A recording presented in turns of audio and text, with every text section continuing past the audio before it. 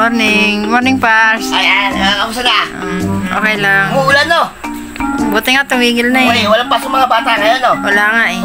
Yun ang diniklear ng government yun eh. May ginagawa ka ba? Nananahi. Ay. Yan. Ayos sa umaga natin ngayon, medyo umulan, no? Oo nga eh. Yan talaga eh. Medyo malamig. Pakay ko nga yung bike. Ano, Mars? Yung bike. Okay, sige. Wala problema, ikaw pa. Ta. Okay.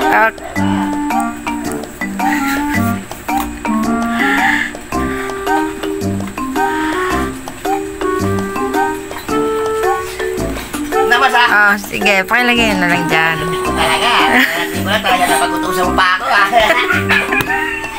Para bumabawi ka sa akin, Mars, ha? Yan na, okay na, ha? Salamat. Ano ba, kabalan? Uy!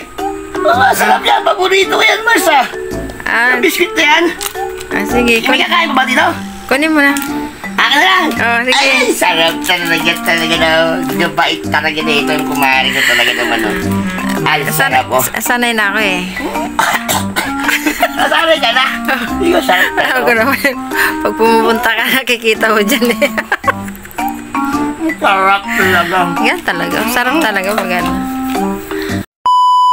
May nakita ko isang tao, mukhang kawawa. Tinawag ko. Inutusan ko yung tao na yun eh. Nakunan yung bike eh. Para ibenta niya. Kasi naawa ako. Para nagugutom eh. Para may pambili siya ng pagkain. May tirang akong pagkain dito eh. Binigay ko rin sa kanya eh. Kasi naawa ako eh. Pakabigay ko ng pagkain sa kanya. Naiyak. Lumuha ba? Sa tuwa siguro. Nakakain siya. Tinanong ko siya kung saan siya nakatira. Tinuro niya, doon daw siya sa damuhan natutulog. Always happy.